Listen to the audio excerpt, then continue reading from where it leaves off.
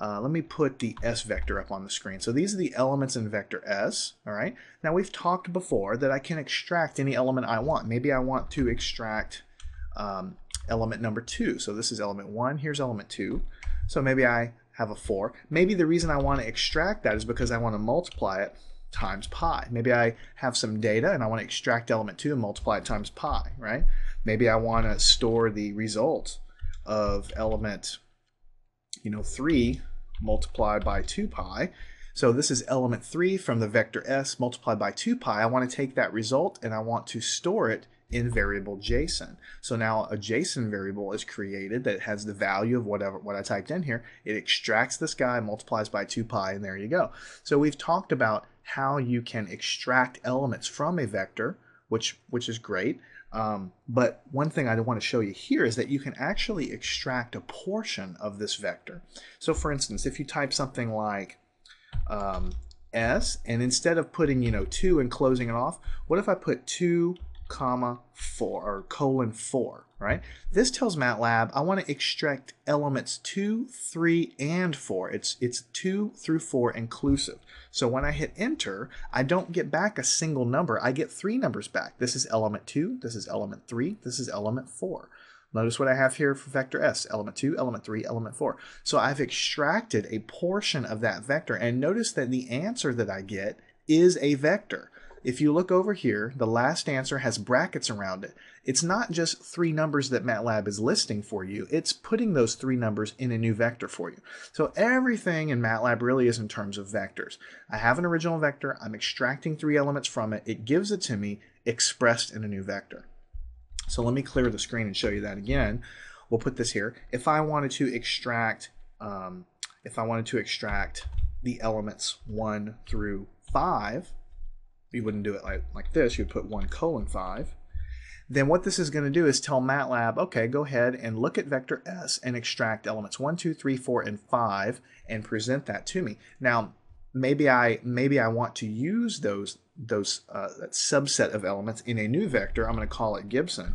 So I'm going to assign to variable Gibson the subset of elements from vector S, right? So I go and do that.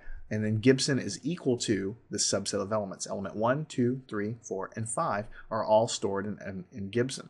So I might want to, take vector S, and I might want to take, elements 5 and 6, or 5 through 7, let's say, which is 3 elements. And I might want to take that out and multiply by 2, let's say. So what that's going to do is extract these elements 5, 6, and 7. So that's 3 elements of this vector, and it's going to multiply element by element times the number 2. This is scalar multiplication like we did a couple sections ago, where you can multiply the elements of the vector by a number, right? So I can take that. So notice what's happening. I'm taking element 1, 2, 3, 4, 5. That's 32, multiplying by 2, getting 64. 4 times 2 is 8. 5 times 2 is 10. So that's what I wanted to show you in this section. I wanted to show you some of these basic ideas where we could use the function length to figure out how long a vector is. We could use the function sum to add up everything, all the elements of a vector. Min and max, which are basically telling us the minimum and the maximum values of the vector. The mean function tells you can just actually average all the elements of the vector together. It will do that for you.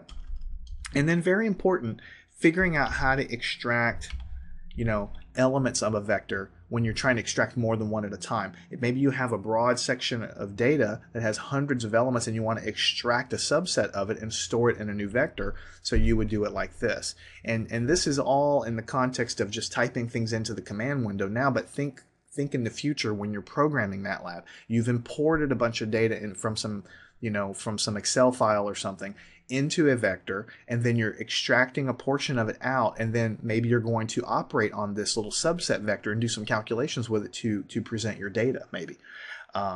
there's many situations when you might want to extract a smaller portion of a larger set of data, and that's basically what's allowing this to happen. Now, at this point, we're talking about vectors, which are just lists of numbers, but I've already hinted to you that a vector is really just a matrix with one row. So later on, when we get to matrices, you'll find out that defining a matrix looks very similar to what we're doing here. Extracting elements of a matrix is very similar, and extracting submatrices, subsets of a matrix, is also very similar. So what you're learning here is going to definitely extend to other areas of MATLAB and be something that you'll use quite a bit and very frequently.